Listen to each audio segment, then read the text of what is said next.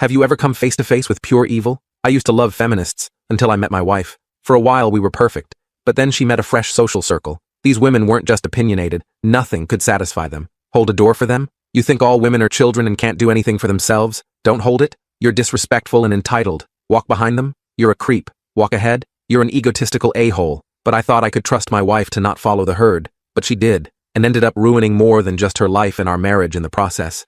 And it all started with a simple few arguments here and there. I'd leave my plates in the sink after a 14-hour shift, and suddenly, I was the reason for every abuser that wasn't convicted. Or if I started helping with our kids' homework, she'd pull me aside and tell me I'm inherently problematic, and my mansplaining just proves it. The warm, loving woman I married seemed to be vanishing before my eyes, replaced by someone cold and antagonistic. About then, an awful gut feeling washed over me, because I was playing video games with my son and went to high-five him, but then my stomach turned, because he flinched. I immediately noticed and talked to my wife about it, and she told me I had a fragile male ego. Her reasoning was that our son wasn't actually flinching. I was just lying to myself to make myself feel stronger and more powerful than her, because I was insecure. So yeah, pretty confusing, and not at all reassuring. So from then on, I made sure to pay extra close attention to our daughter and son. Every day I watched as they slowly became less and less like their energetic selves, and more timid. My son even started wetting the bed at night. Well, I cared endlessly more about our kids' well-being than the state of my marriage.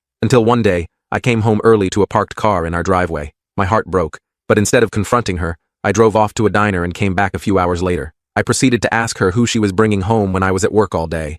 My friends? Am I not allowed to have a life outside of this miserable house? My heart dropped. It suddenly became very clear that she didn't give an F about our family, and she was not the woman I thought she was. And as our children turned from more timid to actively fearful, I decided to take away one of her fundamental human rights. That right was her right to privacy. But when I checked her phone, most of the messages were deleted, and what remained was alarming. It was a conversation with one of her new friends discussing how Kayla should approach asking me for an open relationship. The friend advised her to ease into it and make him think it's his idea too. Obviously she was cheating, but I didn't even care about that anymore. I just needed to know who was laying hands on our kids. So in my head, this is what I'm thinking. I needed to formulate a plan that allowed me to get full custody of the kids.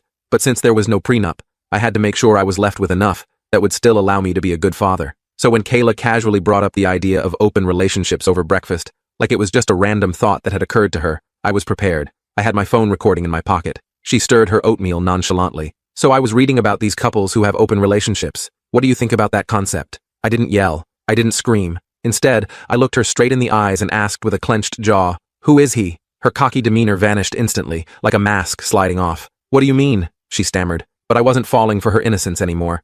I couldn't finish the full story in this short video. To watch the rest of it unfold, click the link